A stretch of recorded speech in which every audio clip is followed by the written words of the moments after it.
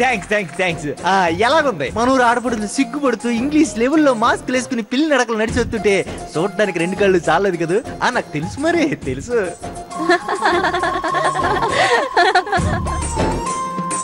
అందుకే అంటారు, ఎవడు ఏర్పాటు చేస్తే దెమ్మ తిరిగి మైండ్ బ్లాక్ అయిపోద్దో ఆడే నాయుడు బావా.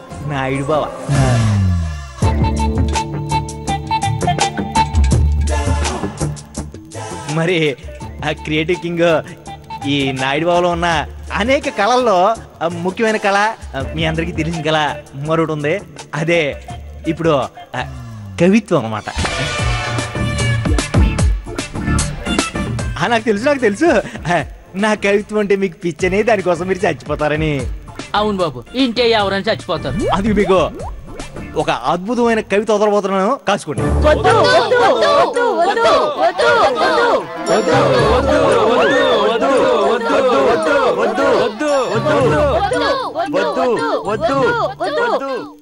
అరచేతిని అడ్డు పెట్టి సునామీని ఆపలేరు, వద్దని చెప్పి నా కవిత్వాన్ని ఆపలేరు. మైక్ ఆపితే ఆగిపోదు బాబు. సారీ బాబు.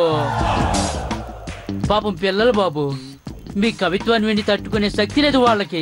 పిచ్చోళ్ళు అయిపోతారు బాబు. వదిలేండి బాబు, మీ కాలు పట్టుకుంటారు బాబు. వదిలేండి బాబు.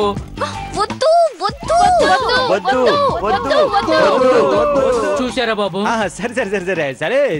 సరే మీరంతగా బతిమలాడుతున్నారు కాబట్టి నా కవిత్వం విని అర్థం చేసుకునే శక్తి ఇక్కడ ఉన్న పిల్లలకి లేదని మా సూర్యబాబు చెప్తున్నాడు కాబట్టి నేను మనసు మార్చుకున్నాను.